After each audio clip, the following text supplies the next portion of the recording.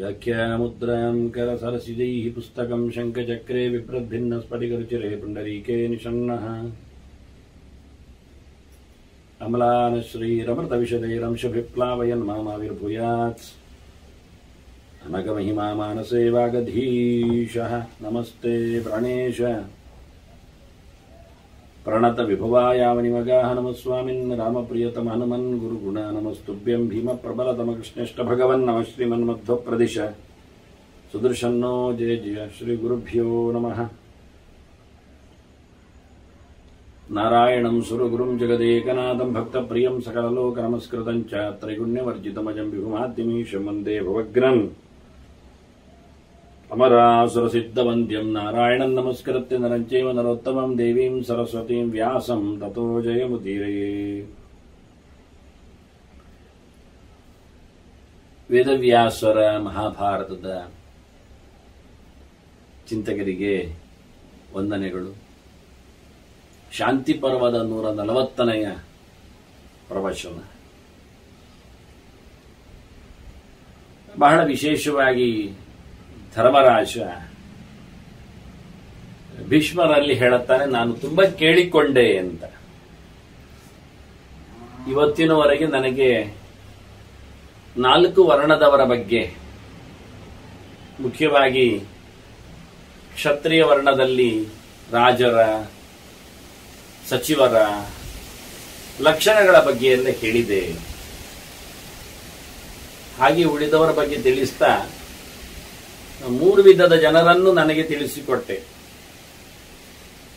ಅಧಿಕರು, ಹೀನರು, ಮಧ್ಯಮರು ಅಂತ ಹೇಳಿ. ನನಗೀಗ ತಾವು ಬಹಳ ಯಥಾವತ್ತಾಗಿ ಯಥಾಧರ್ಮಂ ಪ್ರಕೀರ್ತಿತಂ ಮತ್ತೆ ಹೇಳುವ ನೆಲೆಯಲ್ಲಿ ನೋಡಿಕೊಂಡು ಲಘುನ ಆದೇಶ ರೂಪೇಣ ಗ್ರಂಥಯೋಗೇನ ಭಾರತ ಶಾಸ್ತ್ರದ ಪ್ರಮಾಣಗಳನ್ನು ಕೊಟ್ಟಿದ್ದೀರಿ. ಒಂದು ರೀತಿಯಿಂದ ಹಾಗೆ ಮಾಡು ಹೀಗೆ ಮಾಡು ಅಂತ ಉಪದೇಶ, ಆದೇಶ, ಆಜ್ಞೆ ಈ ರೀತಿಯಲ್ಲೆಲ್ಲ ನನಗೆ ಬಂದಿದೆ. ತಾವು ತಿಳಿಸಿಕೊಟ್ಟ ಸಂಗತಿಗಳು ಮುಖ್ಯವಾಗಿ ನನಗೆ ಗಣಾನಾಂ ವೃತ್ತಿಮಿಚ್ಛಾಮಿ ಶ್ರೋತು ಮತಿಮತಾಂಬರ. ತುಂಬಾ ಬುದ್ಧಿಮಂತರು ನೀವು. ನನಗೆ ಕೂಟಗಳ ಬಗ್ಗೆ, ಗಣಗಳ ಬಗ್ಗೆ, ಸೈನ್ಯದ ರಾಶಿಗಳ ಬಗ್ಗೆ, ಜನರ ಸಮಾವೇಶಗಳ ಬಗ್ಗೆ, ರಾಜರಲ್ಲಿ ಎಲ್ಲ ತಂಡಗಳು ಇರುತ್ತವೆ. ಮುಖ್ಯವಾಗಿ ಬಲದ, ಚತುರಂಗ ಬಲದ, ಇಲ್ಲಿ ಆ ಶಬ್ದ ಬರುವುದಿಲ್ಲ ಟೋಟಲಿ. ಆದರೆ ಎಲ್ಲಾ ಜನರನ್ನು ಒಂದೊಂದು ತಂಡಗೊಳಿಸುವ ಮೂಲಕ ಈತ ನೋಡಿಕೊಳ್ಳಿಕ್ಕೆ ಉಂಟಲ್ಲ. ಹೀಗಾಗಿ ನನಗೆ ಸಮೂಹದ ಮೇಲೆ, ಸಂಘದ ಮೇಲೆ, ಪರಿವಾರದ ಮೇಲೆ, ಗಣದ ಮೇಲೆ ಚಿಂತನೆ ಬೇಕಾಗ್ತದೆ. ಯಥಾ ಗಣಾ ಪ್ರವರ್ಧಂತೆ ನಭಿದ್ಯಂತೆ ಚ ಭಾರತ. ಮುಖ್ಯವಾಗಿ ಗಣಗಳನ್ನು ಬೆಳೆಸುವುದು ಹೇಗೆ, ಮತ್ತೆ ಅವರಲ್ಲಿ ಪರಸ್ಪರ ತಿಕ್ಕಾಟ ಬರಬಾರದು, ಒಕ್ಕೂಟ ಇರಬೇಕು, ಒಗ್ಗಟ್ಟು ಇರಬೇಕು. ಮುಖ್ಯವಾಗಿ ಭೇದವೇ, ಪರಸ್ಪರ ಭಿನ್ನ ಅಭಿಪ್ರಾಯಗಳೇ ಬಿದ್ದು ಹೋಗುವುದು. ಅವೇ ಪ್ರಧಾನವಾಗಿರುವಂಥದ್ದು. ಎಲ್ಲಿ ಭೇದ ಬರ್ತದೆ ಅಲ್ಲಿಯೇ ಸರ್ವನಾಶ ಆಗ್ತದೆ. ಇವತ್ತು ನಾವು ಎಲ್ಲವನ್ನು ಕಳ್ಕೊಳ್ಳಿಕ್ಕೆ ಕಾರಣ ಪ್ರತಿಯೊಂದು ಮನೆಯಲ್ಲಿ ಪ್ರತಿಯೊಂದು ಯೂನಿಟ್ ಬೇರೆ ಆಗುವ ಮೂಲಕ. ಅವರವರ ವೃತ್ತಿ, ಅವರವರ ಟೇಸ್ಟ್, ಅವರವರ ದೇಶ, ಭಾಷೆ ಅಂತ ಹೇಳಿ ಯಾರೊಬ್ಬರೂ ಒಟ್ಟಿರಲಾರದೆ ಕಲಿಕೆಗೋಸ್ಕರ ಮಕ್ಕಳು ದೂರ ಆಗ್ತಾರೆ. ವೃತ್ತಿಯಲ್ಲಿ ಕೆಲವೊಮ್ಮೆ ಗಂಡನೇ ಹೆಂಡತಿಯೇ ದೂರ ಆಗ್ತಾರೆ. ಹೀಗಾಗಿ ಇನ್ನು ಉಳಿದವರ ಪಾಡಿಯನ್ನು ಕೇಳುವ ನಾವು. ಆದ್ರಿಂದ ಸರ್ವಸ್ವವನ್ನು ನಾವು ಕಳ್ಕೊಂಡಿದ್ದೇವೆ. ಆದ್ರಿಂದ ಧರ್ಮರಾಜ ಹೇಳುತ್ತಾನೆ, ಭೇದ ಮೂಲವಾಗಿ ಎಲ್ಲವೂ ಆಗುವಂಥದ್ದು. ಆದ್ರಿಂದ ಒಟ್ಟು ಇರುವಂತೆ ಏನಾದರೂ ಮಾಡಲಿಕ್ಕೆ ಏನುಂಟು?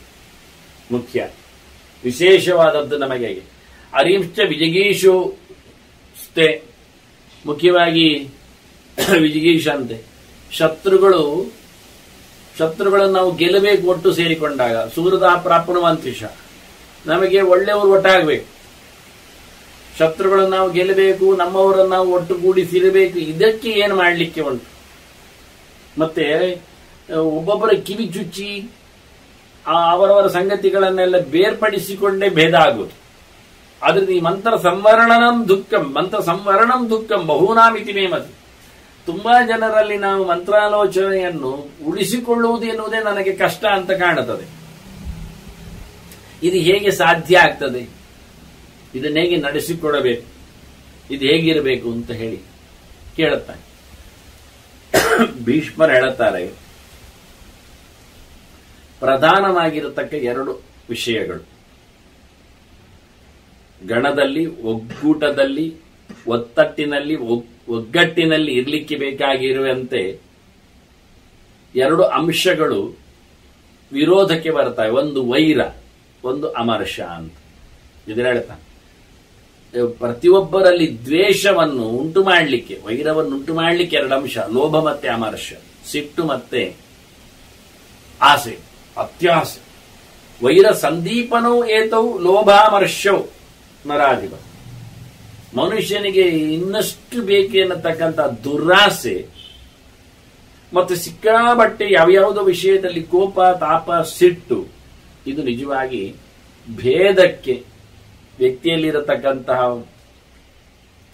ವ್ಯತ್ಯಾಸಕ್ಕೆ ಕಾರಣ ಆಗ್ತದೆ ಇದು ಅಂತ.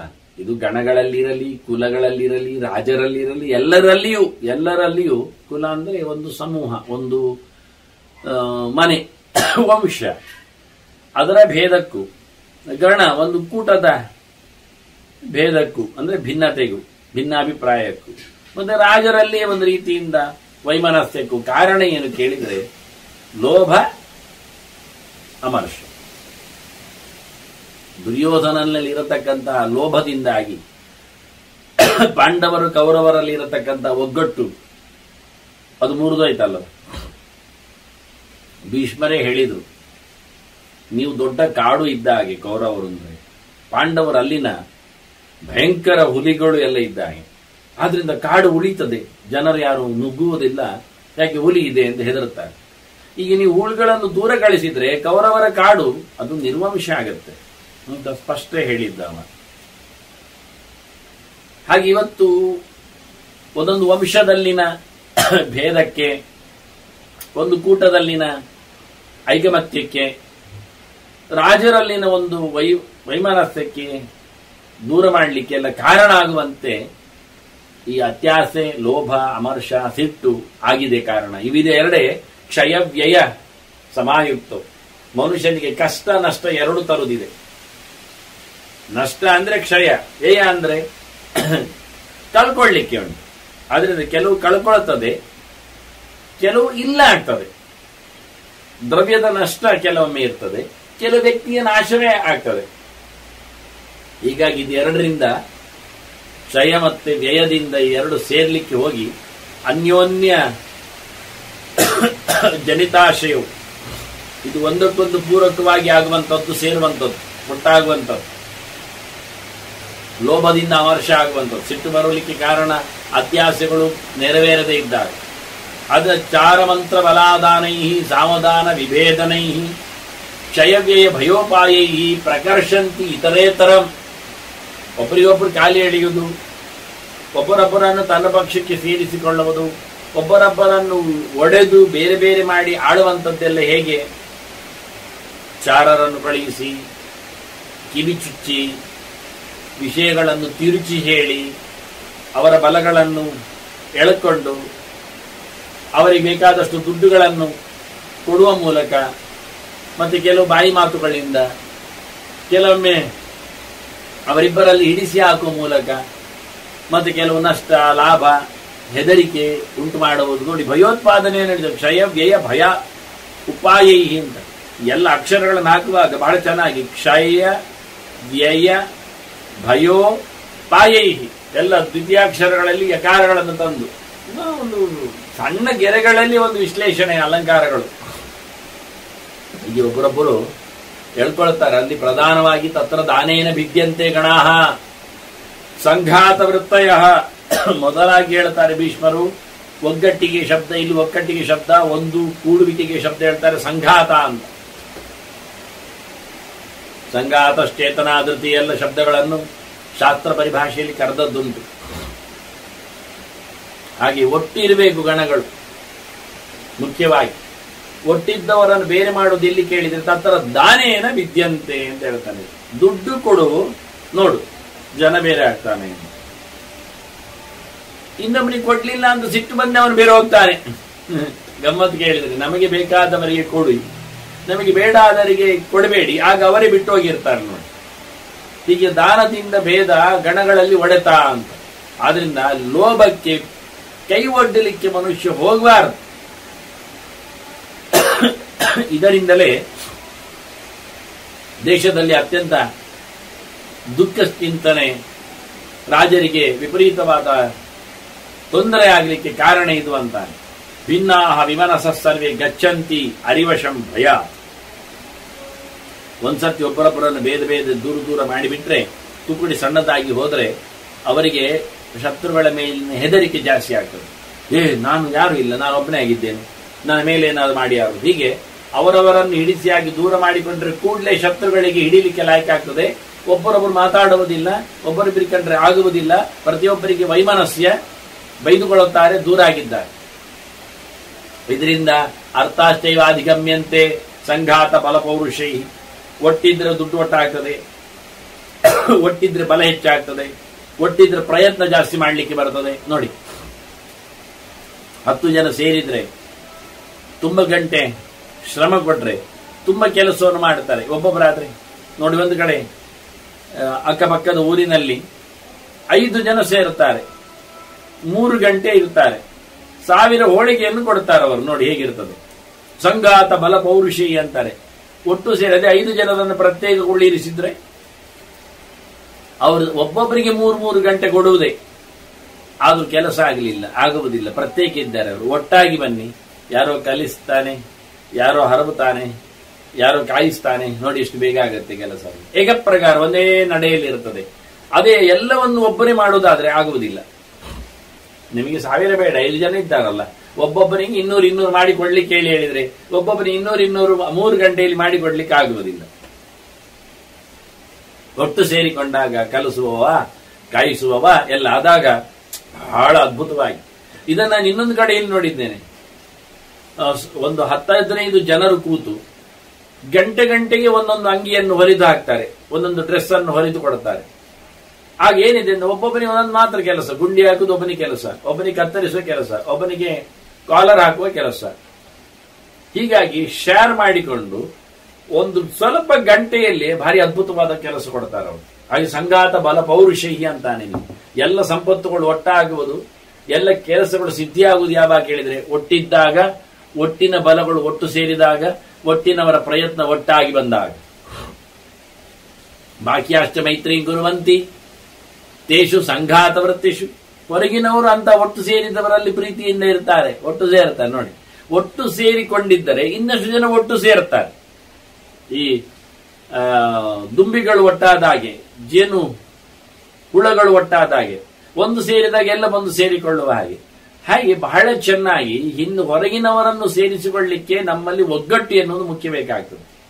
ಇವರು ಒಳ್ಳೆಯವರನ್ನು ಮಾತಾಡಿಸಿಕೊಂಡಿರಬೇಕು. ಜ್ಞಾನವೃದ್ಧಾನ್ ಪ್ರಶಂಸಂತಹ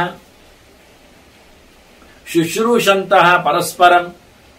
ಒಗ್ಗಟ್ಟಿನಲ್ಲಿ ಒಟ್ಟಾದವರಲ್ಲಿ ಗಣಮಂದಿಯಲ್ಲಿ ಏನು ವಿಶೇಷ ಇರ್ತದೆ ಅಂದ್ರೆ ಒಬ್ಬರಿಗೊಬ್ಬರು ಸಹಾಯ ಮಾಡುತ್ತಾರೆ, ಒಬ್ಬರಿಗೊಬ್ಬರು ಕೇಳುತ್ತಾರೆ, ದೊಡ್ಡವರನ್ನು ಗುರುತಿಸ್ತಾರೆ, ಅವರನ್ನು ಹೊಗಳುತ್ತಾರೆ, ಒಪ್ಪಿಕೊಳ್ಳುತ್ತಾರೆ. ಹೀಗಿದ್ದಾಗ ಸ್ಪಿರಿಟ್ ಒಂದೇ ಆಗಿ ಕೂತಿರ್ತದೆ, ಯೂನಿಟ್ ಒಂದೇ ಆಗ್ತದೆ. ಇಲ್ಲ ಆದ್ರೆ ನಿನ್ನನ್ನು ಯಾರೇ ಹೊಗಳುತ್ತಾರೆ, ನೀನ್ ಯಾವ ದೊಡ್ಡರಪ್ಪ ಅಂತ ಹೇಳಿಬಿಟ್ಟು ಪ್ರತಿಯೊಬ್ಬರು ತಮ್ಮ ಎಗೋ ಇಂದ ಪ್ರತ್ಯೇಕ ಬಳಿತಾರೆ. ಅದಕ್ಕೋಸ್ಕರ ಒಂದು ಶಬ್ದ ಇಲ್ಲಿ ಆಗ್ತಾನೆ, ವಿನಿವೃತ್ತಾಭಿಸಂಗಾತಾಹ ಅಂತ. ಇಲ್ಲಿ ವಿನಿವೃತ್ತಾನುಸಂಧಾನಾಹ ಎನ್ನುವ ಒಂದು ಶಬ್ದ ಉಂಟು. ಇದನ್ನು ವಾದಿರಾಜರು ಎತ್ತಿಕೊಳ್ಳುತ್ತಾರೆ ಇತಿ ಪಾಠೆ ಅಂತ ಹೇಳಿಕೊಂಡು. ನನಗೆ ಆಶ್ಚರ್ಯ ಆಗುವುದು, ಮಹಾಭಾರತದಲ್ಲಿಯೂ ಒಂದು ಪಾಠಾಂತರದ ನಮೂನೆ 1000 ವರ್ಷದ ಹಿಂದೆಯೂ ವಚನೆಯಲ್ಲಿ ಇತ್ತು ಎನ್ನುವುದು. ಅಲ್ಲಿ ಇರಬಾರದು ಅಲ್ಲ, ಪಾಠಾಂತರಗಳ ಹಾವಳಿ ಎಲ್ಲಿಯೂ ಬರಬಹುದು. ಆದರೆ ಶುದ್ಧ ಪಾಠವನ್ನು ಹೇಳುವ ಒಂದು ಅನುಸಂಧಾನ, ಚಿಂತನೆ, ಯೋಗ್ಯತೆ, ಸಾರ್ವಜ್ಞ ಅದು ಇಲ್ಲ ಆಯ್ತಲ್ಲ. ಅದರಿಂದ ಅನೇಕ ಕಡೆ, ಇಲ್ಲಿ ಒಂದು ಕಡೆ ಅಂತಲ್ಲ, ವಾದಿರಾಜರ ಅನೇಕ ಕಡೆಯಲ್ಲಿ ನಾವು ಭಾರತದಲ್ಲಿನ ಮಗದೊಂದು ಪಾಠವನ್ನು ಗುರುತಿಸ್ತೇವೆ. ವೇದವ್ಯಾಸರು 2 ಪಾಠ ಕೊಡುವುದಿಲ್ಲ, ಅದು ಖಂಡಿತ. ಆದ್ರಿಂದ ನಮಗೆ ಇವತ್ತಿಗೂ ವೇದವ್ಯಾಸರ ಅಧಿಕೃತವಾದ ಪಾಠವನ್ನು ಹೇಳಿಕೊಳ್ಳಿಕ್ಕೆ ಆಗ್ತಾ ಇಲ್ಲ. ಮಹಾಭಾರತದ ವಿಷಯದಲ್ಲಿ ಅರ್ಥ ಚೆನ್ನಾಗಿ ಆಗತ್ತೆ. ನೀವು ಇಲ್ಲಿ ಅರ್ಥಕ್ಕೆ ಹೇಗಾಗ್ತದೆ ನೋಡಿ, ಎರಡು ಅರ್ಥ ಆಗತ್ತೆ. ಎರಡು ಅರ್ಥವನ್ನು ಕೊಟ್ಟಿದ್ದಾರೆ, ಅವರು ಬರೆದಿದ್ದಾರೆ. ವಿನಿವೃತ್ತಾಭಿಸಂಘಾತಾಹ ಅಂತ ಹೇಳಿಕೊಂಡು, ಸಂಘಾತ ಅಂದ್ರೆ ಒಗ್ಗಟ್ಟು ಹೇಳಿ ಆಯ್ತು. ಅದರಿಂದ ಒಗ್ಗಟ್ಟಿನಲ್ಲಿ ಭಾರಿ ಆಪ್ತಿಯನ್ನು ಪಡೆದವರಾದ್ರೆ ಅವರು ಖಂಡಿತವಾಗಿಯೂ ಸುಖಮೇದಂತಿ ಸರ್ವಶಃ, ಮುಂದೆ ಹೇಳುವ ವಾಕ್ಯ ಅಷ್ಟೇ, ಖುಷಿಯಲ್ಲಿ ಇರ್ತಾರೆ. ವಿನಿವೃತ್ತ ಅನುಸಂಧಾನ ಅನುಸಂಧಿ ಅಂದ್ರೆ ಅನುಸಂಧಾನ ಅಂದ್ರೆ ಸಂಧಿ ಅಂತ ಮಾಡಿದ್ದಾರೆ, ಒಗ್ಗಟ್ಟು ಸಂಧಿ. ಮೊದಲ ಈ ಶಬ್ದ ಈ ಪ್ರಕರಣದಲ್ಲಿ ಈ ಶಬ್ದ ಬರಲಿಲ್ಲ, ಸಂಧಿ ಶಬ್ದ ಬರಲಿಲ್ಲ, ಸಂಘಾತ ಶಬ್ದಗಳೇ ಬಂದದ್ದು. ಅದನ್ನ ಇಲ್ಲಿ ಒಟ್ಟು ನೋಡಿಕೊಂಡಾಗ ಸಂಘಾತ ಶಬ್ದಗಳಿಗೆ ಹೆಚ್ಚು ಸ್ಥಾನಮಾನ ಇದೆ. ಇದೇ ಅಂತ ಹೇಳಿ ಕೊಡಬಾರದು ಅಂತಲ್ಲ, ಅರ್ಥ ಮಾಡಿಕೊಳ್ಳಿಕ್ಕೋಸ್ಕರ ಅನುಸಂಧಾನ ಶಬ್ದವನ್ನು ಹಾಕಿಕೊಂಡು ಸೇರಿಕೊಂಡಿದ್ದಾರೆ. ಯಾರು ಒಬ್ಬರಿಗೊಬ್ಬರು ಬಿಟ್ಟು ಕೊಡುವುದಿಲ್ಲ, ನಿವೃತ್ತಿಯನ್ನು ಪಡೀಲಿಲ್ಲ, ವಿಶೇಷವಾಗಿ ಪ್ರವೃತ್ತಿಯರಾಗಿದ್ದಾರೆ ಅನ್ನುವ ಅರ್ಥವನ್ನು ತರಲಿಕ್ಕೆ ಆಗ್ತದೆ, ಇಲ್ಲ ಅಲ್ಲ. ಒಟ್ಟು ಸೇರಿಕೊಂಡಿದ್ದಾಗ ಸುಖ ಆಗತ್ತೆ. ಈ ನಿವೃತ್ತಾಭಿ ಸಂಘಾತಾಹ ಅಂತ ಹೇಳಿ ಯಾವ ಶಬ್ದ ಆದರೂ ಒಗ್ಗಟ್ಟಿನಲ್ಲಿ ಇರುವುದೇ ಪ್ರಧಾನವಾಗಿ ಸಂಪತ್ತನ್ನು ಸುಖವನ್ನು ತಂದುಕೊಡುತ್ತದೆ ಹೇಳೋ ತಾತ್ಪರ್ಯ. ಧರ್ಮಿಷ್ಠಾನ್ ವ್ಯವಹಾರಾಂಶ ಸ್ಥಾಪಯಂತಶ್ಚ ಶಾಸ್ತ್ರತಃ ಯಥಾವತ್ ಸಂಪ್ರವರ್ತಂತಹ ವಿವರ್ಧಂತೆ ಗುಣೋತ್ತಮ. ಒಗ್ಗಟ್ಟು ಅಥವಾ ಗಣ, ಒಂದು ಕೂಟ, ಅದು ಮೆರೆಯುವುದು, ಒಂದು ಸಂಘ, ಒಂದು ಸಂಸ್ಥೆ, ಅದು ಹೊರಗೆ ಬರುವುದು ಹೇಗೆ ಕೇಳಿದರೆ ಮುಖ್ಯವಾದ ವ್ಯವಸ್ಥೆ ಧರ್ಮಿಷ್ಠಾನ್ ವ್ಯವಹಾರಾಂಶ ಸ್ಥಾಪಯಂತಶ್ಚ ಶಾಸ್ತ್ರತಃ. ಧರ್ಮ ಪ್ರಧಾನವಾದ ಕೆಲಸಗಳನ್ನು ಮಾಡಬೇಕು. ಅಧರ್ಮ ವೃತ್ತಿಯಲ್ಲಿ ನೆರೆಯುವುದಾದ್ರೆ ಒಟ್ಟು ಸೇರಿ ಏನು ಪ್ರಯೋಜನ ಇಲ್ಲ. ಯಾಕೆಂದ್ರೆ ಒಟ್ಟು ಸೇರುವುದಿಲ್ಲ ಯಾರು ಸಹ. ಹೆಚ್ಚಿನವರಿಗೆಲ್ಲ ಅಧರ್ಮ ಆಗುವುದಿಲ್ಲ, ಸುಳ್ಳು ಹೇಳಲಿಕ್ಕೆ ಒಪ್ಪುವುದಿಲ್ಲ, ಅನ್ಯಾಯ ಮಾಡಲಿಕ್ಕೆ ನಡೆಯುವುದಿಲ್ಲ. ಆದ್ರಿಂದ ವ್ಯವಹಾರ ಮಾಡುವಲ್ಲಿ ಧರ್ಮವನ್ನು ಉಳಿಸಿಕೊಂಡರೆ, ಅದಕ್ಕೆ ಆ ಧರ್ಮ ಉಳಿಸಬೇಕಾದ್ರೆ ಶಾಸ್ತ್ರ ಪ್ರಮಾಣ ನೋಡಿ. ಎಲ್ಲರಿಗೂ ಪ್ರಮಾಣ ಏನು ಕೇಳಿದ್ರೆ ಶಾಸ್ತ್ರ. ಸ್ಥಾಪೆಯಂತಷ್ಟ ಶಾಸ್ತ್ರತಃ ಅಂತ, ಆಗ ಯಾರಿಗೂ ಬೇಜಾರಿಲ್ಲ. ನಿನ್ನ ವ್ಯವಸ್ಥೆ ಅಲ್ಲ, ನಿನ್ನ ಯೋಚನೆ ಅಲ್ಲ, ನಿನ್ನ ಮಾತು ಅಲ್ಲ, ಮತ್ತೆ ಶಾಸ್ತ್ರದ ಮಾತು. ಪ್ರತಿಯೊಬ್ಬರು ಅದಕ್ಕೆ ಸರೆಂಡರ್ ಆಗ್ತಾರೆ. ಅದನ್ನೇ ಕೃಷ್ಣ ಹೇಳಿತು ತಸ್ಮಾ ಶಾಸ್ತ್ರ ಪ್ರಮಾಣ ಅಂತೆ ಅಂತ. ಒಟ್ಟು ಸೇರ್ಲಿಕ್ಕೆ ಗಣಕ್ಕೆ ಮುಖ್ಯವಾದಂತಹ ಒಂದು ಹಿನ್ನೆಲೆಯನ್ನು ಕೇಳಿದ್ರೆ ಶಾಸ್ತ್ರ ಹಿನ್ನೆಲೆ. ನಿಮಗೆ ಶಾಸ್ತ್ರ ಉಂಟಾ, ಎಲ್ಲರೂ ಒಟ್ಟಾಗ್ತಾರೆ. ಯಾಕೆ ಶಾಸ್ತ್ರಕ್ಕೆ ಎಲ್ಲರೂ ಮರ್ಯಾದೆ ಕೊಡುತ್ತಾರೆ, ಎಲ್ಲರಿಗೂ ಶಾಸ್ತ್ರ ಬೇಕು. ಅದನ್ನು ಒಟ್ಟು ಮಾಡಲಿಕ್ಕೆ ಇವರು ಹೇಳ್ತಾರೆ ಶಾಸ್ತ್ರ ಉಂಟು ಅಂತಾದ್ರೆ ಖಂಡಿತ ಒಟ್ಟಾಗ್ತಾನೆ. ಯಾರು ಶಾಸ್ತ್ರ ಒಪ್ಪುವುದಿಲ್ಲ, ಯಾರಿಗೆ ಶಾಸ್ತ್ರ ಬೇಡ, ಅವರು ಗಣಕ್ಕೆ ಸೇರುವುದಿಲ್ಲ. ಅದನ್ನ ಗಣವನ್ನು ಒಡೆಯುವುದು ಸುಲಭ, ಅದರಲ್ಲಿ ಅಶಾಸ್ತ್ರಿ ಯಾರಿದ್ದಾರೆ ಎತ್ತಿದ್ರೆ ಆಯ್ತು ಅವನನ್ನು. ಗಣ ಕಟ್ಟುವುದು ಇನ್ನೂ ಸುಲಭ, ಯಾಕೆಂದ್ರೆ ಶಾಸ್ತ್ರವನ್ನು ಹೇಳಿದ್ರೆ ಆಯ್ತು, ಎಲ್ಲ ಸೇರ್ತಾರೆ. ಅದನ್ನ ಶಾಸ್ತ್ರತಃ ವ್ಯವಹಾರಾಂಶ ಸ್ಥಾಪಯಂತಶ್ಚ ಯಥಾವತ್ ಸಂಪ್ರವರ್ತಂತಹ, ಶಾಸ್ತ್ರಕ್ಕನುಗುಣವಾಗಿ ತಮ್ಮ ಬದುಕನ್ನು ವೃತ್ತಿಯನ್ನು ನಡೆಸಿಕೊಡುವುದಾದ್ರೆ ಅವರು ಖಂಡಿತವಾಗಿ ವಿವರ್ಧಂತೆ ಗಣೋತ್ತಮ, ಉತ್ತಮೋತ್ತಮವಾದ ಗಣಗಳಿಗೆ ವೃದ್ಧಿ ಇದೆ, ಬೆಳವಣಿಗೆ ಇದೆ ಎಂದು ನಮಗೆ ಬೇಕಾದದು ಧರ್ಮರಾಜ ಆಗಿ ಹೇಳಿದ್ದಾನೆ.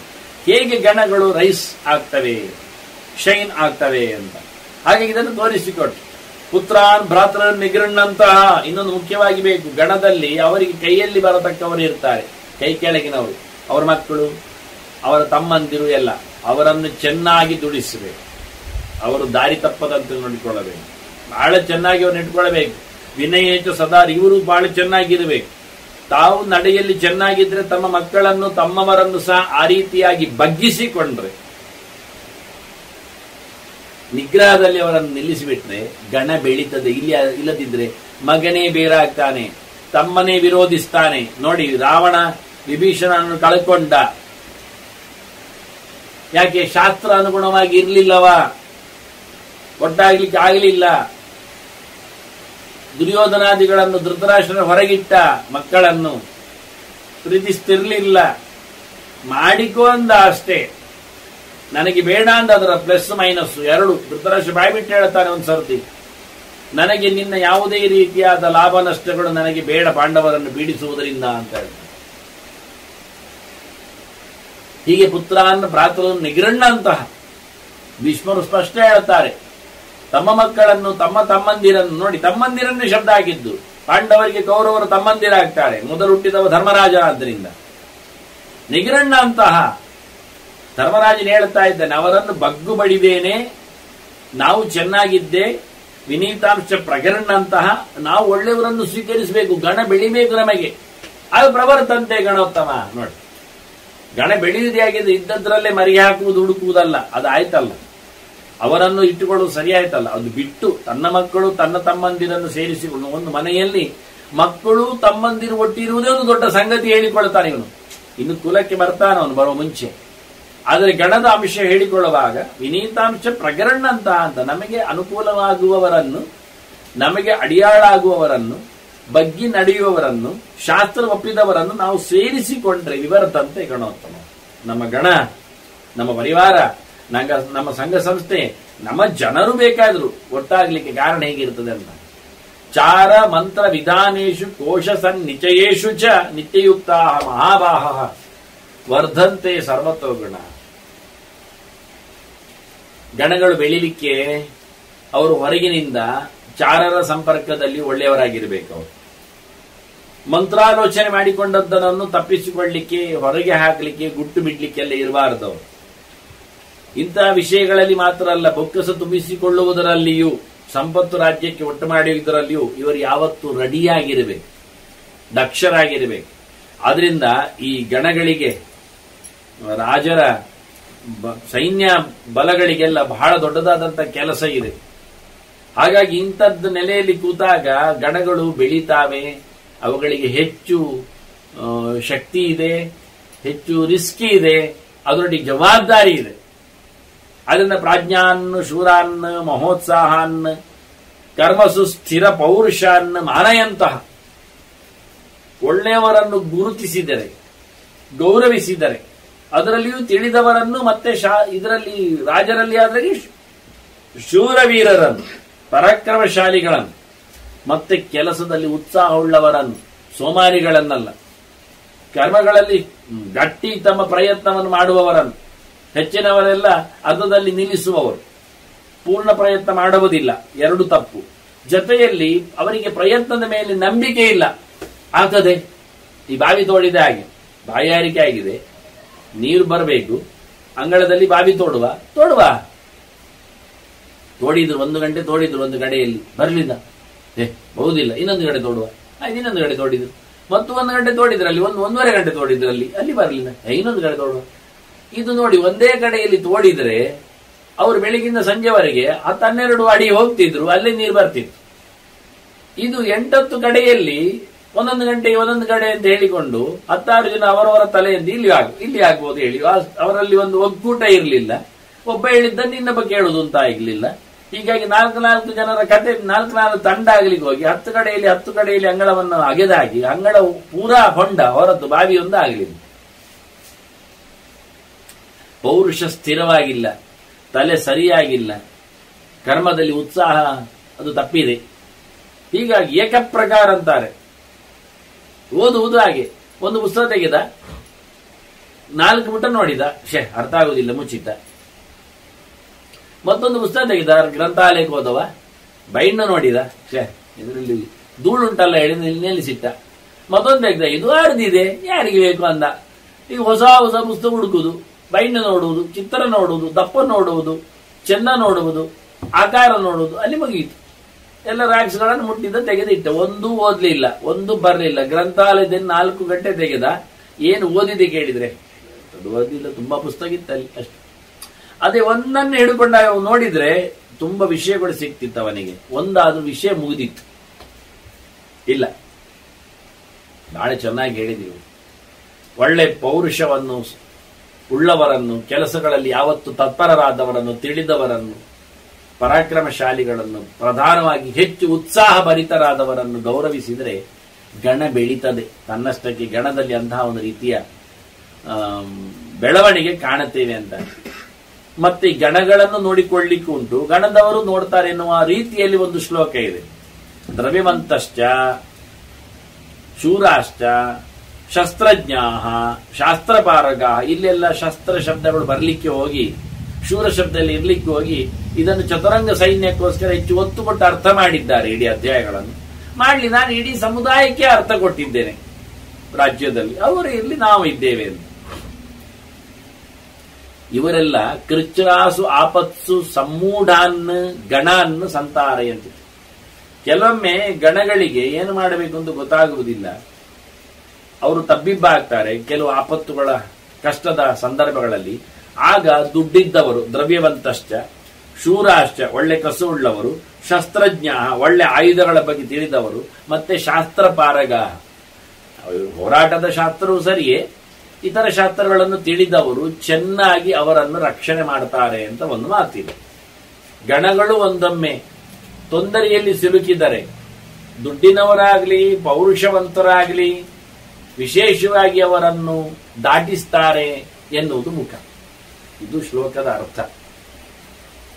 ಇದರಲ್ಲಿ ಒಂದು ಶಬ್ದ, ಗಣ ಶಬ್ದ, ಅದು ಪ್ರಥಮ ಬಹುವಚನ ಮಾಡಿಕೊಂಡದ್ದು ದ್ವಿತೀಯ ಬಹುವಚನಕ್ಕಾದ ಅರ್ಥ ಮಾಡಿದ್ದೇನೆ. ಪ್ರಥಮ ಬಹುವಚನ ಆದ್ರೆ ಏನಾಗುತ್ತೆ ಅಂದ್ರೆ ದ್ರವ್ಯವಂತಶ್ಚ ಶೂರಾಶ್ಚ ಶಸ್ತ್ರಜ್ಞಾ ಶಾಸ್ತ್ರಪಾರಕಾ ಇವರು ಕೃಚ್ರಾಸು ಆಪತ್ಸು ಸಮ್ಮೂಢಾನ್ ಗಣಾ ಸಂತಾರೆ ಅಂತಿದೆ. ಈ ನಮೂನೆಯ ಗಣಗಳು ಶಾಸ್ತ್ರ ತಿಳಿದವರು, ಶಸ್ತ್ರಜ್ಞರು, ಶೂರರು, ಬೇಕಾದಷ್ಟವರಲ್ಲಿ ಸಹಾಯವುಳ್ಳವರಾಗಿದ್ರೆ ಅವರು ಎಂಥ ತೊಂದರೆಗಳಲ್ಲಿಯೂ ಸಿಲುಕಿದ್ದವರನ್ನು ತೆಗಿತಾರೆ. ಸಮ್ಮೂಢಾನ್ ಯಾರು ಆಗ್ಬೋದು, ರಾಜ ಪರಿವಾರದವರಾಗ್ಲಿ, ರಾಜ ಮನೆತವರದವರಾಗ್ಲಿ, ಜನರಾಗ್ಲಿ, ಯಾರೋ ಕೈಯಲ್ಲಿ ಯಾರೋ ಸಿಕ್ಕಿ ಬಿದ್ದಿದ್ದಾರೆ ಅವರ ಬಿಡುಗಡೆಯಾಗಲಿ ಇವರು ಮಾಡ್ತಾರೆ ಅಂತ ಗಣಗಳಲ್ಲಿರತಕ್ಕಂಥ ತಾಕತ್ತು ಏನು ಎನ್ನುವುದು ಹೇಳುವ ಶಬ್ದವೂ ಹೌದಿತ್ತು. ಆದ್ರಿಂದ ಇದೆಲ್ಲ ನಾನು ಹೇಳಿದ್ದಲ್ಲ. ಯಾವ ಪಾಠವನ್ನು ಗಣಾನ್ನ ಗಣಾಹವ ಈ ಎರಡು ಪ್ರಥಮ ಬಹುವಚನವೋ ದ್ವಿತೀಯ ಬಹುವಚನ ಎನ್ನುವುದರ ಮೇಲೆ ಈ ಶ್ಲೋಕದ ತಾತ್ಪರ್ಯವೇ ಬೇರೆ ಆಗುತ್ತೆ. ಕಾಂಟೆಸ್ಟ್ ಅಲ್ಲಿ ಎರಡಕ್ಕೂ ಅರ್ಥ ಇದೆ. ಇನ್ನು ಮುಂದಿನಲ್ಲಿಯೂ ಹಾಗೆ ಉಂಟು ನೋಡಿ.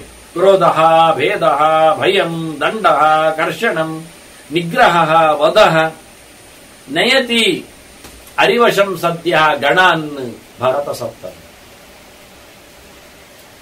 ಗಣಗಳನ್ನು ಶತ್ರುವಶಕ್ಕೆ ಹೋಗುವಂತೆ ಮಾಡ್ತವೆ ಯಾವುಗಳು ಕೇಳಿದ್ರೆ ಮುಖ್ಯವಾಗಿ ಕ್ರೋಧ, ಸಿಟ್ಟು, ಭೇದ, ಒಬ್ಬೊಬ್ಬರಿಗೆ ಆಗುವುದಿಲ್ಲ ಇಡಿಸಿ ಆಗುವುದು, ಭಯಂ, ಹೆದರಿಕೆ, ದಂಡ, ಹೊಡೆತ ಬಡಿತವೆ, ಕರ್ಷಣಂ, ಎಳೆಯುವುದು, ಇನ್ನೊಂದು ಕಡೆಗೆ ಅವನಿಗೆ ದುಡ್ಡು ಕೊಟ್ಟು ಪ್ರಲೋಭನೆ ಮಾಡಿ ಅಲ್ಲ, ನಿಗ್ರಹ, ಕೈಕಾಲು ಮುರಿಯುವುದು, ವಧ, ಕೊಂದೇ ಬಿಡುದು. ಇವೆಲ್ಲ ಏನಾಗ್ತದೆ ಕೇಳಿದ್ರೆ ಇಂಥದ್ದೆಲ್ಲ ಒಳಗಿಂದ ನಡೆದ್ರೆ ಶತ್ರುಗಳಿಗೆ ಕೂಡಲೇ ಗಣ ಕೈವಶ ಆಗಿಬಿಡುತ್ತದೆ. ಅದರಿಂದ ಒಳಗಿಂದ ಒಳಗೆ ನಮ್ಮಲ್ಲಿ ಯಾವುದೇ ರೀತಿಯಾದ ತೊಂದರೆಗಳು ಇರದಂತೆ ಇದ್ರೆ ಗಣ ಬೆಳೀತದೆ. ತಸ್ಮಾತ್ ಮಾನಯಿತವ್ಯಾಸ್ತೆ ಗಣಮುಖ್ಯಾ ಪ್ರಧಾನತಃ. ಆದ್ರಿಂದ ದೊಡ್ಡವರು ಯಾರಿದ್ದಾರೆ ಗಣದಲ್ಲಿ ಅವರನ್ನು ಗುರುತಿಸಿ ಗೌರವಿಸಬೇಕು. ಲೀಡರ್ಸ್ಗಳನ್ನು ಗುರುತಿಸಬೇಕು, ಅವರಿಗೆ ಹೆಚ್ಚು ಮನ್ನಣೆ ಕೊಡಬೇಕು. ಆಗ ಒಳಗಿಂದೊಳಗೆ ಯಾವುದೇ ರೀತಿಯಾದಂತಹ ಪಿತೂರಿಗಳು, ಪೀಡೆಗಳು ಆಗುವುದಿಲ್ಲ. ಲೋಕದ ನಡೆಯೇ ಹೀಗೆ. ಲೋಕಯಾತ್ರಾ ಸಮಾಯುಕ್ತ ಭೂಯಸಿ ತೇಷು ಪಾರ್ಥಿವ. ಗಣಗಳಲ್ಲಿಯೇ ಲೋಕದ ಬದುಕಿದೆ. ರಾಜ ಬದುಕುವುದೇ ಹಾಗೆ. ಬೇಕಾದರೆ ಸಣ್ಣ ಮಟ್ಟಿನಲ್ಲಿ ರಾಜಮನೆತನದಲ್ಲಿ ನಿರಂತರ ನಡೆಯತಕ್ಕಂತಹ ನಿತ್ಯದ ಊಟ ಉಪಹಾರಗಳಿಗೇನೆ ಒಂದು ಅಡುಗೆಯವರ ಗಣ ಇರ್ತದೆ. ಕೇವಲ ಅಡುಗೆ ಮಾತ್ರ ಅಲ್ಲಲ್ಲಿ ಅದಕ್ಕೆ ಬೇಕಾದ ಪದಾರ್ಥಗಳ ಪೂರಣೆ, ಮೇಲ್ವಿಚಾರಣೆ, ವಿತರಣೆ, ಆನಂತರ ಶುದ್ಧೀಕರಣ ಎಲ್ಲ ಸೇರಿರ್ತದೆ. ಎಷ್ಟು ಗಣ ಇರಬೇಕು ನೋಡಿ. ರಾಜ ಮನೆತನದಲ್ಲಿನ ಒಂದು 100 ಜನರ ಊಟೋಪಚಾರಗಳಿಗೆ ಪ್ರತಿನಿತ್ಯಕ್ಕೆ ಆ ಅಡುಗೆ ಗಣ ಹೇಗಿದೆ, ಅದರ ನಂತರದಲ್ಲಿ ಅವರಿಗೆ ಅದಕ್ಕೆ ಅಂದ್ರೆ ಬೇಕಾದ ಪದಾರ್ಥಗಳು ಕೊಡುವಷ್ಟೇ. ಹಾಗೆ ಪೂಜಾ ಪದ್ಧತಿಗಳು, ಧರ್ಮಕರ್ಮಗಳು ನಡೆಯುವಾಗ ಅಲ್ಲಿರತಕ್ಕಂಥ ಋತ್ವಿಜರ ಗಣ ಅದು ಹೇಗಿರುತ್ತದೆ, ಅದು ಹೇಗೆ ನಡೀಬೇಕು. ಒಬ್ಬರಿಗೊಬ್ಬರಿಗೆ ಆಗದೇ ಇದ್ದಾಗ ಒಂದೊಂದು ಕಡೆ ಎಳ್ಕೊಂಡು ಹೋದವರಿಗೆ ಪೂಜೆ ಪುನಸ್ಕಾರಗಳ ಕಥೆ ಏನಾಗ್ತದೆ. ಗಂಟೆ ಹೊಡಿ ಹೇಳ್ತಾನೆ, ನಾನು ಬೆಳಿಗ್ಗೆ 6 ಗಂಟೆ ಹೊಡೆಯುವುದು ಅಂತ. ಅವನು ಹೊಡೆದು ಹೋಗಿ ಬಿಡ್ತಾನೆ. ಇವತ್ತು ಪೂಜೆ ಬರುವಾಗ ತಡವಾಗಿದೆ, ಅಲ್ಲಿ ನೆರೆ ಬಂದಿದೆ, ಅವನು ದೋಣಿಯನ್ನು ಹತ್ತಿ ಬರಬೇಕಾಯಿತು. ಆದ್ರೆ ಇವಾಗ ಗಂಟೆ ಹೊಡೆದು ಹೋಗಿ ಆಗಿದೆ, ಇವಾಗ ಮತ್ತೆ ಪೂಜೆ ಮಾಡಿ ಬರಬೇಕು. ಹೇಗಿರ್ತದೆ? ಇವತ್ತಿಗೆ ತಾಪತ್ರಯದಲ್ಲಿ ಸಿಲುಕಿದ್ದಾನೆ. ಮತ್ತೊಂದು ಕಡೆಯಲ್ಲಿ ಅರಮನೆಯಲ್ಲಿ ಪೂಜೆ ಆಗ್ಲಿಕ್ಕೆ ಉಂಟು, ಹೋಮ ಹವನ ಆಗ್ಲಿಕ್ಕೆ ಉಂಟು. ಆದ್ರಿಂದ ಇಲ್ಲಿ ಬೇಗ ಮುಗಿಸಿ ಹೋಗ್ಬೇಕು. ಆದ್ರೆ ಅಡುಗೆ ಬರಲೇ ಇಲ್ಲ, ನೈವೇದ್ಯ ಕೊಟ್ಟೇ ಇಲ್ಲವ. ಯಾಕೆ? ಅವನ ಗಂಟೆ 11 ಗಂಟೆ, ದೇವರಿಗೆ ಊಟ. ಹೀಗೆ ಈ ಗಣಗಳಲ್ಲಿ ಐಕಮತ್ಯ ಇಲ್ಲದಿದ್ರೆ, ಒಗ್ಗಟ್ಟು ಇಲ್ಲದಿದ್ರೆ ಏನಾಗತ್ತೆ ಅಂತ ಹೇಳಿ ಅದರ ಇಡೀ ರಾಜರ ನಿತ್ಯ ಯಾತ್ರೆ ನಡೆಯುವುದೇ ಈ ಗಣಗಳ ಏಕತೆಯಲ್ಲಿ, ಒಗ್ಗಟ್ಟಿನಲ್ಲಿ. ಇದು ಪರಿಚಾರಕರ ಬಗ್ಗೆ, ಇನ್ನು ಪ್ರಸಾದಕರ ಬಗ್ಗೆ, ಇನ್ನು ವಾಹನಗಳ ಕುದುರೆ, ಆನೆ ಮುಂತಾದವುಗಳ ಬಗ್ಗೆ, ಆಯುಧಗಳ ಬಗ್ಗೆ ಅಪ್ಡೇಟ್ ಆಗಬೇಕು. ಆಯುಧಗಳೆಲ್ಲ ಇವನ್ನೆಲ್ಲ ನೋಡಿಕೊಳ್ಳಲಿಕ್ಕೆ ಉಂಟು. ಹೀಗೆ ಬಹಳ ದೊಡ್ಡ ಮಟ್ಟಿನ ಇಷ್ಟಿಲ್ಲದೆ ಅರಮನೆಯಲ್ಲಿ ಮತ್ತೆ ವಿದ್ಯೆಯ ಸೌಕರ್ಯಗಳಿವೆ, ಅಧ್ಯಯನದ ವ್ಯವಸ್ಥೆಗಳಿವೆ, ಧರ್ಮಕರ್ಮಗಳಂತೆ. ಇದು ಬಹಳ ದೊಡ್ಡ ಮಟ್ಟಿನಲ್ಲಿ ಆಗ್ತದೆ. ಇದನ್ನೆಲ್ಲ ಆಗಲಿಕ್ಕೆ ಹೇಳಿದ್ದವನು ಅದರ ಪ್ರಧಾನರನ್ನು ನಿಲ್ಲಿಸಿ, ಅವರನ್ನು ಗೌರವಿಸಿ, ಅವರೊಟ್ಟಿಗೆ ಸೇರುವಂತೆ ಮಾಡಬೇಕು ಅಂತ. ಪ್ರಧಾನವಾದ ವಿಷಯ ಎಂದು ಕೇಳಿದರೆ ಮಂತ್ರಗುಪ್ತಿ ಪ್ರಧಾನೇಶು ಚಾರಶ್ಚಾಮಿತ್ರಕರ್ಷಣ. ಚಾರರನ್ನು ನಿಯೋಗಿಸುವುದು ಮತ್ತೆ ಮಂತ್ರವನ್ನು ಉಳಿಸಿಕೊಳ್ಳುವುದು, ಅಂದ್ರೆ ಮಾತುಕತೆಗಳು, ಸೀಕ್ರೆಟ್ಸ್ಗಳು, ರಹಸ್ಯ ಸಂದೇಶಗಳು, ಇವೆಲ್ಲ ಪ್ರಧಾನರಲ್ಲಿ ಮಾತ್ರ ಮಾಡಿರಬೇಕು. ನ ಗಣಾಹ ಕೃಷ್ಣ ಸಹ ಮಂತ್ರಂ ಶ್ರೋತುಮರ್ಹಂತಿ ಭಾರತ. ಇಡೀ ಸಮುದಾಯಕ್ಕೆ ಸಂಗತಿ ಗೊತ್ತಾಗಬಾರದು. ಅಡುಗೆಯವರಲ್ಲಿ ಯಾರು ಪ್ರಧಾನ ಇದ್ದಾನೆ ಅವನಿಗೆ ಇವತ್ತೇನು ಡಿಶ್ ವಿಶೇಷ ಏನೋ ಗೊತ್ತಿರಬೇಕು ಹೊರತು ಒಟ್ಟಾರೆ ಎಲ್ಲರಿಗಲ್ಲ. ಇವತ್ತೇನು ವಿಶೇಷವಾದ ಯಜ್ಞಯಾಗ ಎನ್ನುವುದು ಪ್ರಧಾನ ಪುರೋಹಿತನಿಗೆ ಗೊತ್ತಿರಬೇಕು ಹೊರತು ಎಲ್ಲರಿಗಲ್ಲ. ಇವತ್ತು ಎಲ್ಲಿಗೆ ರಾಜನ ದಿಗ್ವಿಜಯ ಎನ್ನುವುದು ಸೇನಾಪತಿ ಗೊತ್ತಿರಬೇಕು ಹೊರತು ಎಲ್ಲರಿಗಲ್ಲ. ಹೀಗೆ ಬಹಳ ಚಂದವಾಗಿ ಯಾವುದೇ ಸಂಗತಿಗಳನ್ನು ಹೆಚ್ಚಾಗಿ ಹೊರಗೆ ರಿವೀಲ್ ಮಾಡದೆ, ಎಲ್ಲರಿಗೂ ಎಲ್ಲವೂ ಕೇಳುವಂತೆ ಗೊತ್ತಿರುವಂತೆ ಅದನ್ನು ಪಬ್ಲಿಕ್ ಮಾಡದೆ ಮಂತ್ರಾಲೋಚನೆಯನ್ನು ಗುಟ್ಟಲ್ಲಿಟ್ಕೊಳ್ಬೇಕು ಹೇಳುತ್ತಾನೆ. ಗಣಮುಖ್ಯೈಸ್ತು ಸಂಭೂಯ ಕಾರ್ಯಂ ಗಣಹಿತಂ ಮಿಥಃ. ಪ್ರಧಾನರನ್ನು ಸೇರಿಸಿಕೊಂಡು ಇಡೀ ಟೀಮಿಗೆ ಏನಾಗಬೇಕು ಒಳ್ಳೆಯದು ಎನ್ನುವುದನ್ನು ಒಬ್ಬರೊಬ್ಬರು ಸೇರಿಕೊಂಡು ಮಾಡಬೇಕು, ಅವನು ಮಾಡಿಸಬೇಕು. ಗಣಪ್ರಧಾನನಲ್ಲಿ ಲೀಡರ್ ಅಲ್ಲಿ ಹೇಳಿಕೊಂಡು ಇಡೀ ಟೀಮಿಗೆ ಏನು ಒಳ್ಳೆದಾಗಲಿಕ್ಕೆ ಉಂಟು ಎನ್ನುವುದನ್ನು ಮಾಡಿಸುವ ವ್ಯವಸ್ಥೆಯನ್ನು ಮಾಡಬೇಕು. ಒಬ್ಬೊಬ್ಬರು ಹೇಳಿಕ್ಕೆ ಆಗುವುದಿಲ್ಲ. ನೀವು ಹೊಡೆದಾಗಿದ್ರೆ, ಬೇರೆ ಮಾಡಿದ್ರೆ, ಒಬ್ಬೊಬ್ಬರನ್ನು ನೋಡಿಕೊಂಡ್ರೆ ಪೃಥಗ್ಗಣಸ್ಯ ಭಿನ್ನಸ್ಯ ವಿಮತಸ್ಯ ತತಃ ಅನ್ಯಥಾ ಅರ್ಥಾಹ ಪ್ರತ್ಯವಸೀದಂತಿ ತಥಾನರ್ಥಾಹ ಭವಂತಿ. ಒಬ್ಬರಿಗೊಬ್ಬರಿಗೆ ಆಗುವುದಿಲ್ಲ. ಅವನು ಹೇಳಿದ್ದು ಇವನು ಕೇಳುವುದಿಲ್ಲ, ಇವನ ಯೋಚನೆ ಬೇರೆ ಅವನ ಯೋಚನೆ ಬೇರೆ ಆಗಿಬಿಟ್ಟರೆ ವ್ಯಕ್ತಿಗಳು ಪ್ರತ್ಯೇಕ ಉಳಿದು ಹೋದರೆ ರಾಜ್ಯದ ಸೊತ್ತು ಸಂಪತ್ತು ಏನಾಗುತ್ತೆ? ಕೊಳ್ಳೆ ಹೊಡೆದು ಹೋಗ್ತದೆ, ಅನರ್ಥಗಳಾಗ್ತಾವೆ. ಹೇಗೆ? ತೇಷಾಂ ಅನ್ಯೋನ್ಯ ಭಿನ್ನಾನಂ, ಒಬ್ಬರಿಗೊಬ್ಬರಿಗೆ ಆಗುವುದಿಲ್ಲ. ಸ್ವಶಕ್ತಿ ಮನುತಿಷ್ಠನ, ಪ್ರತಿಯೊಬ್ಬರು ತಮ್ಮದೇ ಕೆಲಸ ತಾವು ಮಾಡುವುದು, ಇನ್ನೊಬ್ಬರದ್ದು ಹೇಳಿದ್ದು ಕೇಳುವುದಿಲ್ಲ, ಒಬ್ಬರಿಗೊಬ್ಬರಿಗೆ ಆಗುವುದಿಲ್ಲ, ಅವರವರು ಮಾತಾಡುವುದಿಲ್ಲ. ಹೀಗೊಂದೊಮ್ಮೆ ಆಗಿಬಿಟ್ಟರೆ ಇಂಥ ಸಂದರ್ಭದಲ್ಲಿ ಏನ್ ಮಾಡ್ಲಿಕ್ಕೆ ಉಂಟು? ಭೀಷ್ಮನ ಹೇಳ್ತಾನೆ, ನಿಗ್ರಹ ಪಂಡಿತೈ ಕಾರ್ಯ ಕ್ಷಿಪ್ರಮೇವ ಪ್ರಧಾನ. ದೊಡ್ಡ ದೊಡ್ಡವರನ್ನು ಹಿಡಿದುಕೊಂಡು ನಿಗ್ರಹ ಮಾಡಬೇಕು. ಅದು ಪಂಡಿತರಿಂದ ಮಾಡಿಸಬೇಕು ಅಂತಾನೆ, ತಿಳಿದವರಿಂದ. ಪ್ರಧಾನರನ್ನು ಹಿಡಿದುಕೊಂಡು ತಿಳಿದವರಿಂದ ಅವರನ್ನು ಆದಷ್ಟು ನಿಗ್ರಹ ಮಾಡಿದರೆ ಅವರವರ ಒಳಗಿರತಕ್ಕಂತಹ ಏನೊಂದು ಭಿನ್ನತೆ ಇದೆ, ಅಭಿಪ್ರಾಯ ಭೇದ ಇದೆ, ಅದು ಹೋಗ್ತದೆ. ಅಷ್ಟೇ ಅಲ್ಲ, ತಮ್ಮ ತಮ್ಮ ಪೌರುಷ ತೋರಿಸಲಿಕ್ಕೆ ಅವರಿಗೆ ಅವಕಾಶ ಇಲ್ಲ ಆಗ್ತದೆ.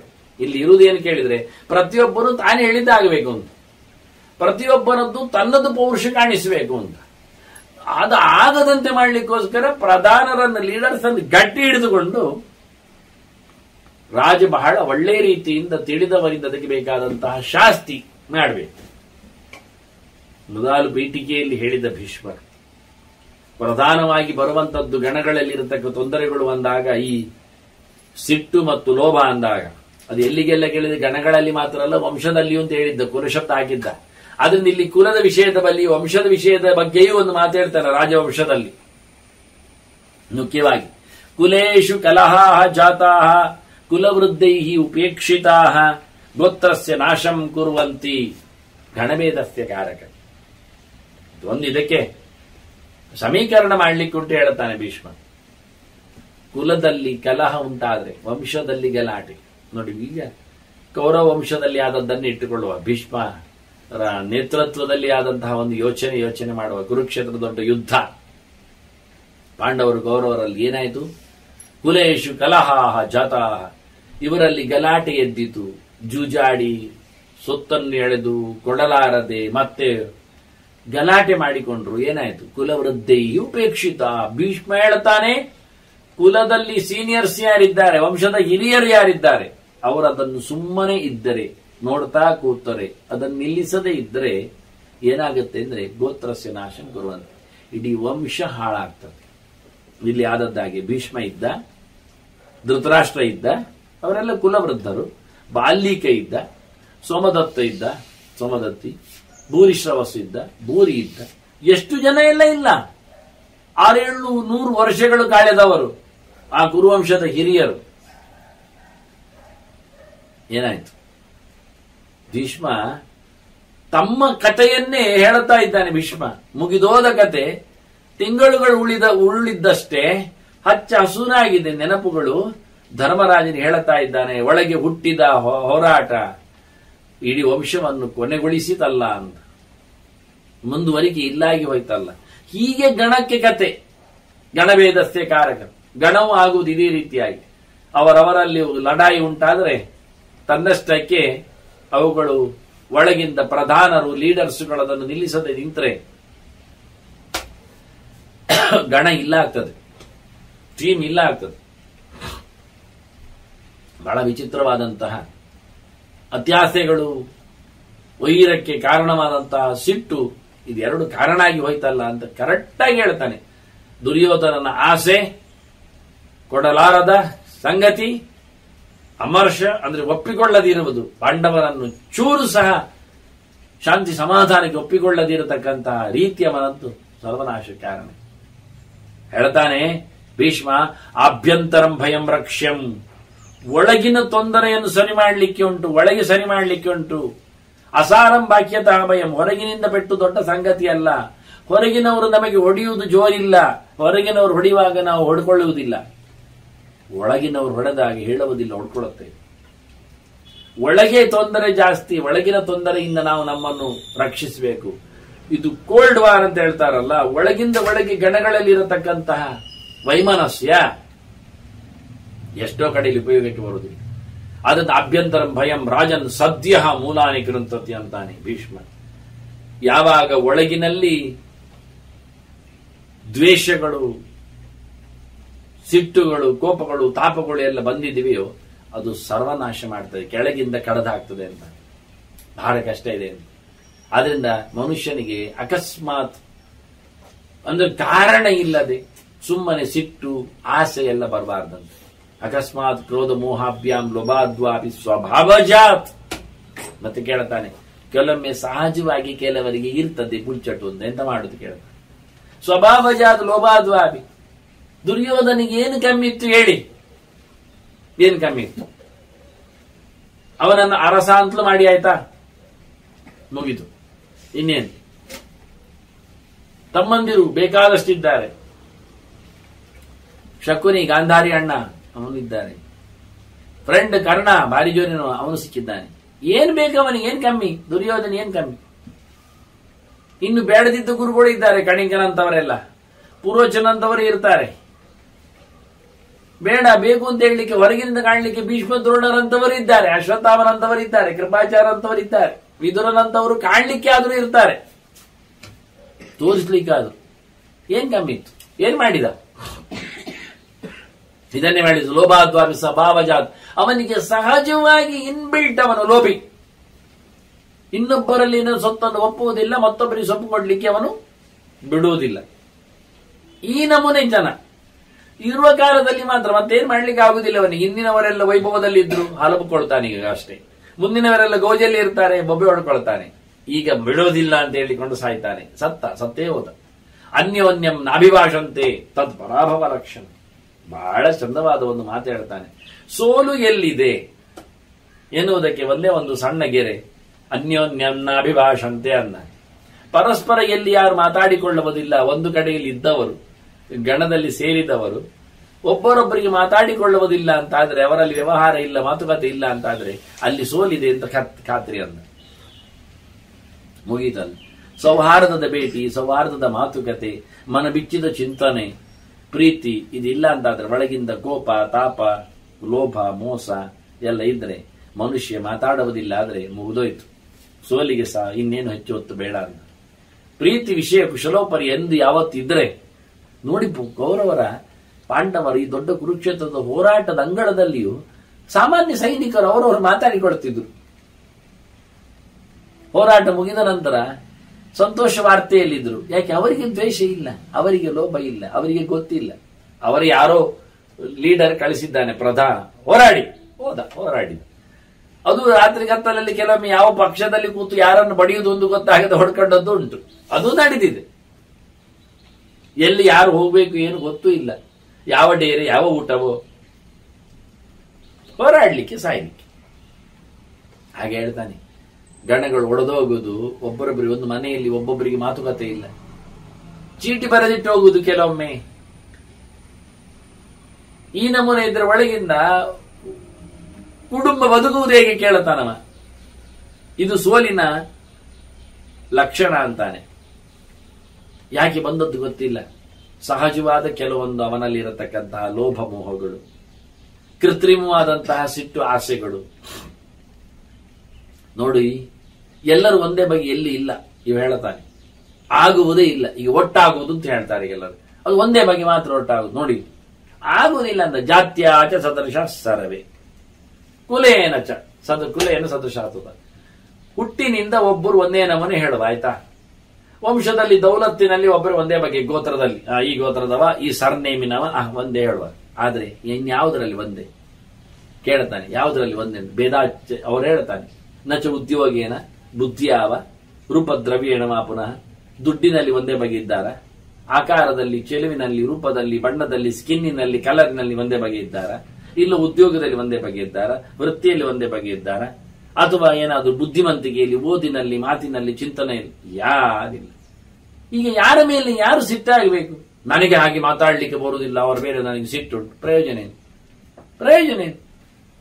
ನನಗೆ ಆ ಚೆಲವಿಲ್ಲ, ನಾನು ಅದರಿಂದ ಅವರ ಮೇಲೆ ನಾನು ಕೋಪಗೊಂಡಿದ್ದೇನೆ, ಅದಕ್ಕೇನರ್ಥ? ನನಗೆ ಆ ಸಂಪತ್ತಿಲ್ಲ, ಅದಕ್ಕೆ ನನಗೆ ಅವರ ಮೇಲೆ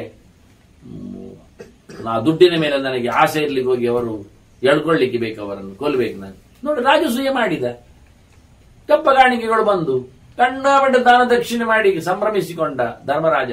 ನುಂಗಿ ತಿನ್ನಿಲ್ಲ ಆಗ್ಲಿಲ್ಲ, ಅವನು ವೈಭವ ಆತ್ಮವೈಭವಕ್ಕೆ ಹೋಗಲಿಲ್ಲ. ಆದ್ರೂ ಏನು ಆಯ್ತು ದುರ್ಯೋಧನಾದಿಗಳಿಗೆ ನೋಡಿ ಸಂಕಟ. ಅದನ್ನು ಧೃತರಾಷ್ಟ್ರ ಹೇಳಿಕೊಂಡ, ಮಾಡಯ್ಯ ನೀನು ಯಜ್ಞ ಆಗ, ನೀನು ಮೇರೆ ಮಾರಾಯ, ಆಗುದಿಲ್ಲ ಅಂದ. ಮತ್ತೆ ನಂಗೆ ಅದೇ ಬೇಕು ಅಂತ ಹೇಳಿದ, ಹಠ ಮಾಡಿದ, ಸತ್ತ, ಹಾಳಾಗಿ ಹೋದ. ಇದನ್ನೇ ಉಲ್ಲೇಖ ಮಾಡಿದ್ದು.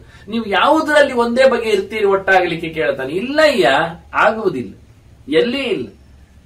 ಒಗ್ಗಟ್ಟಿಗೆ ಬುದ್ಧಿಮಂತಿಗೆ ಬೇಕು ಹೊರತು ಪ್ರೀತಿ ವಿಶ್ವಾಸ ಬೇಕು ಹೊರತು ಕೋಪ ತಾಪ ಇರಬಾರದು, ಲೋಭ ಇರಬಾರದು, ಈರ್ಷೆ ಇರಬಾರದು. ಒಪ್ಪಿಕೊಳ್ಳಬೇಕಿಷ್ಟೇ. ಒಬ್ಬನನ್ನು ಇನ್ನೊಬ್ಬ ಒಪ್ಪಿಕೊಳ್ಳುವುದೇ ಇಲ್ಲಿ ಪ್ರಧಾನ ಅಂಶ ಹೇಳ್ತಾನೆ. ಸ್ವೀಕೃತಿ ಯೋಗ್ಯತೆ ಅಂತ ಅರ್ಥ, ಹೃದಯ ವೈಶಾಲ್ಯ ಅಂತ ಅರ್ಥ. ಇನ್ಯಾವುದರಿಂದ ಒಟ್ಟಾಗ್ತೀರಿ ಕೇಳ್ತಾನೆ. ಬೇರೆ ಮಾಡೋದು ಭಾರಿ ಸುಲಭ. ಇಡೀ ದೇಶ ಹಾಳಾಗಿ ಹೋಗುವುದು ಇಲ್ಲಿಂದಲೇ. ಭೇದಾಚ್ಚೈವ ಪ್ರಧಾನಾಚ್ಚ ನಾಮ್ಯಂತೆ ರಿಪುಭಿ ಗಣ. ಸಂಘ ಸಮೂಹಗಳನ್ನು ಶತ್ರುಗಳು ಒಡೆದಾಕ್ತಾರೆ. ಹೇಗೆ ಕೇಳಿದ್ರೆ, ದುಡ್ಡು ಬಿಸಾಡಿ ಹೊರಗಾಕ್ತಾರೆ, ದಾನ ಮಾಡಿ ಜನರನ್ನು ಪರ್ಚೇಸ್ ಮಾಡ್ತಾರೆ, ಒಬ್ಬರಿಗೊಬ್ಬರಿಗೆ ಹಿಡಿಸಿಯಾಗಿ ಬೇರೆ ಮಾಡ್ತಾರೆ, ದುಡ್ಡು ಖರ್ಚಿಲ್ಲದೆಯೂ ಮಾಡ್ತಾರೆ ಭೇದದಿಂದ. ಒಬ್ಬನೊಬ್ಬರಿಗೆ ತಾಗಿಸಿ ಹಾಕಿ ಗಣವನ್ನು ಹೊಡಿತಾರೆ, ಒಬ್ಬನೊಬ್ಬನಿಗೆ ದುಡ್ಡು ಕೊಟ್ಟು ಜನವನ್ನು ಎಳಿತಾರೆ. ಹೀಗಾಗಿ ಶತ್ರುವಶ ಆಗ್ತಾರೆ ಎರಡೇ ವಿಷಯದಲ್ಲಿ, ಭೇದ ಮತ್ತು ದಾನದಲ್ಲಿ. ತಸ್ಮಾ ಸಂಘಾತಮೇಮಾಹು ಗಣಾನಾಂ ಶರಣಂ. ಆದ್ರಿಂದ ಗಣಗಳಿಗೆ ದೊಡ್ಡ ಔಷಧ ಯಾವುದು ಕೇಳಿದರೆ ಒಟ್ಟಿ ಇರುವುದು. ಅವ್ರು ಏನ್ ಮಾಡ್ಬೇಕು ಹೇಳಿದ್ರೆ, ಯಾರ ಕೈ ಮುಗಿಬೇಕು, ಎಲ್ಲಿ ಇಡಬೇಕು ಹೇಳಿದ್ರೆ, ಒಟ್ಟು ಇರುವಷ್ಟು ಸಮಯ ಯಾವ ಕಾಲದಲ್ಲಿಯೂ ಏನೂ ಆಗುವುದಿಲ್ಲ. ಯಾವತ್ತು ದುಡ್ಡು ಕೊಟ್ಟು ಯಾರನ್ನಾದ್ರೂ ಎಳಿತಾನೋ, ಯಾರಿಗಾದ್ರೂ ಹಿಡಿಸಿ ಹಾಕಿ ಒಂದು ಕಡೆಯಲ್ಲಿ ಏನು ಬತ್ತಿ ಇಡುತ್ತಾನೋ, ಅಲ್ಲಿಂದ ಗಣ ಹೊಡೆದೋಗುತ್ತೆ, ಕುಲ ನಾಶ ಆಗುತ್ತೆ, ರಾಜರಲ್ಲಿ ಗಲಾಟೆ ಕೇಳಂತ. ಇದೆಲ್ಲಕ್ಕೂ ಸಮನ್ವಯ ಮಾಡ್ಲಿಕ್ಕೆ ಅವನು ಹೇಳಿ. ಅದು ಮೊದಲು ಧರ್ಮರಾಜ ಕೇಳಿದ್ದೇ ರಾಜರಲ್ಲಿನ ಘಟನೆಗಳಿಗೆ ನನಗೊಂದು ಅರ್ಥ ಬೇಕು ಅಂತ, ಒಳಗೆ ಕೂತ ಜನ ಸಮುದಾಯಕ್ಕೆ ಒಂದು ಅರ್ಥ ಬೇಕು ಅಂತ. ಹೀಗೆ ಬಹಳ ಚಂದವಾಗಿ ಗಣಗಳಲ್ಲಿ ಅಂದ್ರೆ ಇವತ್ತು ಅಟ್ ಪ್ರೆಸೆಂಟ್ ಒಂದು ಕಡೆಯಲ್ಲಿ ನಾವು ಒಗ್ಗಟ್ಟಿನಲ್ಲಿ ಇರಬೇಕಾದ್ರೆ ನಾವು ಜಾತಿಯಿಂದ ಇದರಿಂದ ಗಲಾಟೆ ಮಾಡಿ ಏನು ಪ್ರಯೋಜನ ಇಲ್ಲ. ಆಗಬೇಕಾದ ಯೋಚನೆಗಳನ್ನು ಬಹಳ ಚೆನ್ನಾಗಿ ಮಾಡಿಕೊಂಡು ಯಾವೊಬ್ಬನು ಯಾರೊಬ್ಬನಾಗಿ ಇಲ್ಲ ಎನ್ನುವುದನ್ನು ಮೊದಲೇ ಖಾತ್ರಿ ಮಾಡಿಕೊಂಡು ಅದು ಒಟ್ಟಾಗುವುದು ಹೇಗೆ? ಅವರು 6 ಅಡಿ ಇದ್ದಾರೆ, ನಾವು 4 ಅಡಿಯವರು ಒಟ್ಟಾಗುದು. ಆ ಅಡಿಗಡಿಗೆಲ್ಲ ಒತ್ತ ಅಲ್ಲ ಅರ್ಥ. ರೂಪಕ್ಕೆ, ಬಣ್ಣಕ್ಕೆ, ದುಡ್ಡಿಗೆ, ಮಾತಿಗೆ, ಇದು ಯಾವುದಕ್ಕೂ ಅಲ್ಲ. ಒಟ್ಟು ಬದುಕಿಗೆ ಅರ್ಥ ಕೊಡ್ಲಿಕ್ಕೆ ಒಂದು ವಿಶಿಷ್ಟವಾದಂತಹ ಕಥೆಯನ್ನು ಉಲ್ಲೇಖ ಮಾಡಿದ ಹಾಗೆ ಬಹಳ ಚಂದವಾಗಿ. ಆದ್ರೆ ಇಲ್ಲಿ ಯಾವುದೇ ಶಬ್ದ ಕೇಳಿಕೊಳ್ಳೆ ಧರ್ಮರಾಜ ಬಹಳ ಚೆನ್ನಾಗಿ ಒಟ್ಟಾಗಿರುವುದರ ಬಗ್ಗೆ ಮಾತಾಡಿದ್ದಾನೆ. ಒಟ್ಟಾಗಿರುವುದು ದೊಡ್ಡ ಸಂಗತಿ ಅಂತ ಇಲ್ಲಿ ಉಲ್ಲೇಖ ಮಾಡ್ತಾನೆ. ಅದರ ಬಗ್ಗೆ ಮುಂದೆ ಧರ್ಮರಾಜನ ಚಿಂತನೆಗಳ ಬಗ್ಗೆ ನಾವು ಮತ್ತೆ ತಿಳಿಯುವ. ಮತ್ತು ವಂದನೆಗಳು. ಶ್ರೀಕೃಷ್ಣಾರ್ಪಣ. ನಾರಾಯಣ ನಾರಾಯಣ ನಾರಾಯಣ.